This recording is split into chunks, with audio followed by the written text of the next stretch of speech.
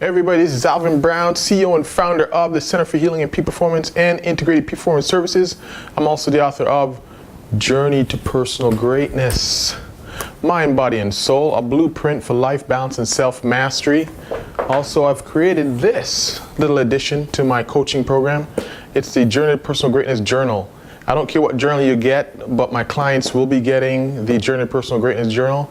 I don't care what journal you get, just get one, because I'm going to be your coach along the way, and I'm going to always advise you to journal. Take a look at your path, where you're going. Are you getting there? Are you doing the right things that you need to do to get exactly where you want to go? And let's even start at the beginning. Do you know where you want to go? This is where a lot of people get stymied and stopped along the way, is they don't even know where they want to end up. They want to be happy, but they don't even know what brings them happiness. So the best way to do it is the journal. The journal, I can't understate that you need the journal. You need to track where you're going on a daily basis. What if you're doing you got, as they say, you're climbing the ladder, but you're on the wrong wall? You know, you get to the top and you realize it's not the right wall because you never stop to take a look. So journal, key, get it going. All right, today, this is Soulful Saturday. Those of you who don't know or haven't followed me, it's your first time seeing one of these. Mondays, I do a checkup from the neck up. So Mondays is a Monday mindset to get your mindset right to start your week, because great weeks make great months, and great months make great years, and the years make your life. So Monday, it's a quick checkup from your neck up. Wednesday, hump day hustle to focus on your body and to get you through the rest of the week, because you know most people look forward to that hump day on their way down towards the weekend. But I say let's ramp it up and let's have an amazing week. And Saturday is Soulful Saturday. How do you nurture the soul so you can enjoy your Saturday and then your weekend and nurture yourself to get ready for Monday for the checkup again? So it's a nice little rendition. It's a nice flow. It's going well. I'm loving it. I'm love delivering the information. And here it is. All right. So Soulful Saturday. We're going to talk about 3 key points. One is, what is resistance? Today is all about actually how to break through your resistance. And this is coming from The War of Art by Steven Pressfield. I read this book and it's been a great book, and he describes resistance. Let me get into it. He describes resistance as resistance cannot be seen, touched, heard, or smelled, but it can be felt. We experience it as an energy field radiating from a work in potential. It's a repelling force. It's negative. Its aim is to shove us away, distract us, prevent us from doing our work. So I love that, because that's what a lot of us do. And he has another quote that he says, we live in 2 worlds. Our inner world, the one that we are so passionate about delivering, and the outer world that we pretend to be for everybody else.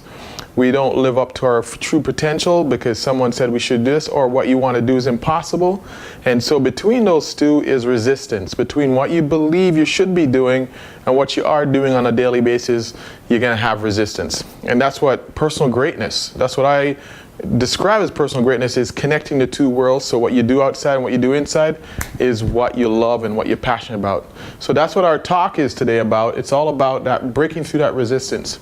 Key points. What is it? I just described it. Resistance, how it relates to the soul, and our 2 worlds. Pretty much described most of it. And then our action steps. I don't want to just pump you up with information. I really want to give value. I really want you. And if you just use the tips I'm giving you, you really are on your road to your personal greatness. But again, if we can help, my team and I can help you to get there on a physical level, mental level, soul, spiritual, whatever it is. We're here. Give us a call, connect with us, but we'll give you that information at the end.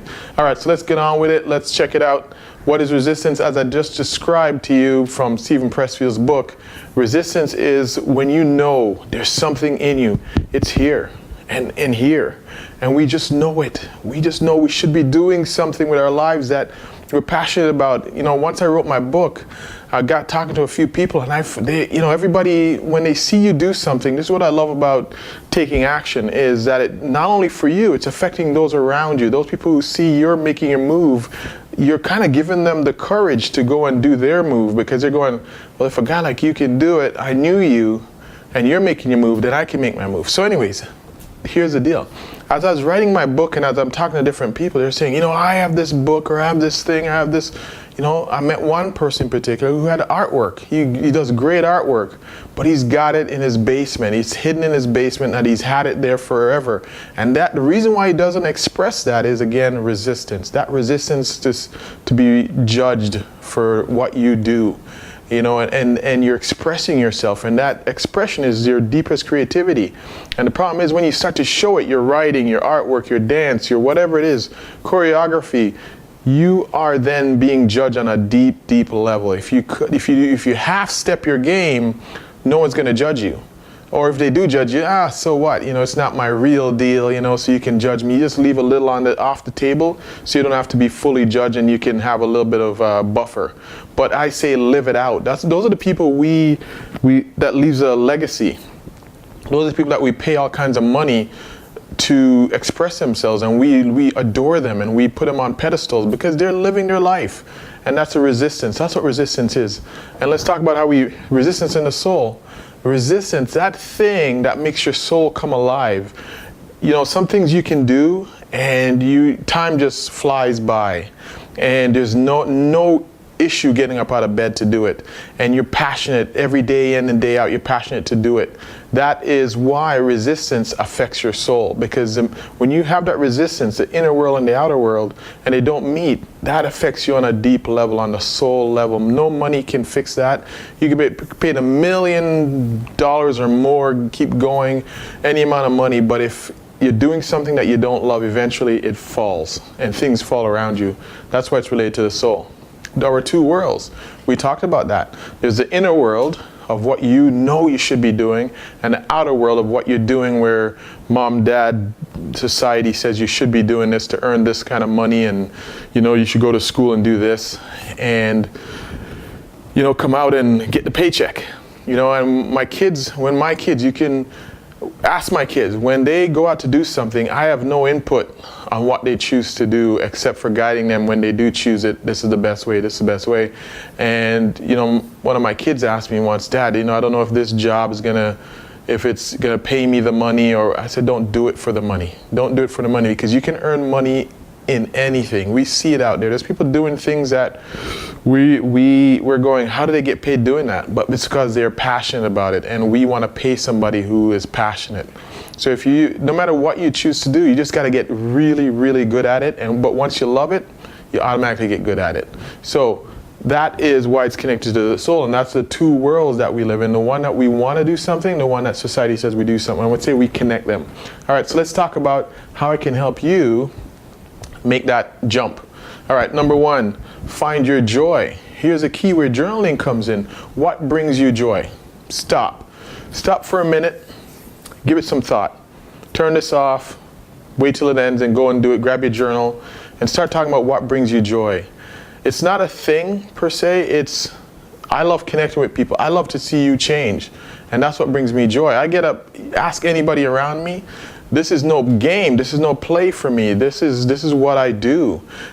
I do this day and night. Ask my family. I've been doing this for decades. My goal is to help you, whoever it is, to get to their next level. And I've been gathering up the tools and strategies to do it. So you got to find out what brings you joy. And I know one thing that's common with everybody, they want to help people. A lot of people want to help people, but how do we do that? How do you do it? Dance, if you dance, that helps a lot of people change their state. Someone might be going through a lot, but your choreography, your dance, your expression helps them to forget about it for an hour or two.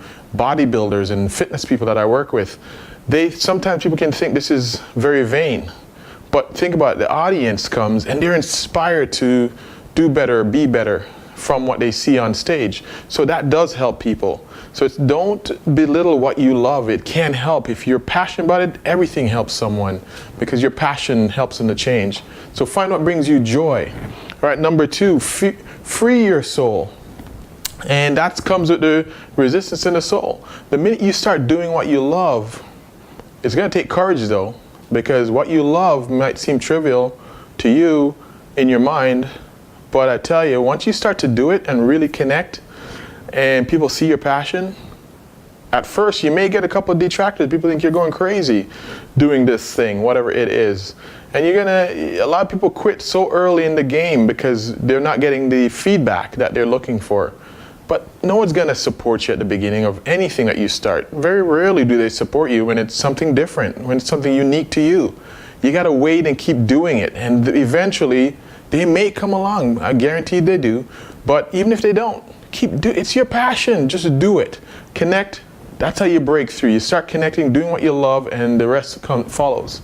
Last one, live with authenticity. What are your values? Go to your journal. On our site, we'll post it again. Our list of your values. What are your values? Mine, integrity. Next, family.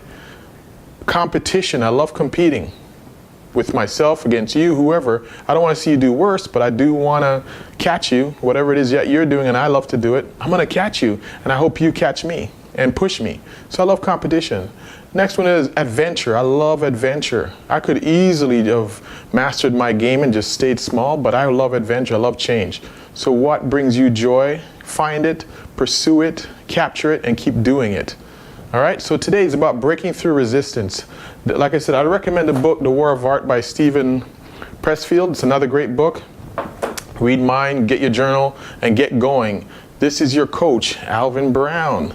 tchpp.com, journeypersonalgreatness.com. We got some resources on there that will help you. Follow them. Apply. This is not just about information. You'll do me a great deal of justice if I know you applied it, and connect with me, Alvin at tchpp.com, and let me know how you're doing and if I can help you in any way. Give us a call. Our phone number will be displayed on the bottom, and connect with us. Until next time, beat resistance, be relentless about your pursuit for personal greatness.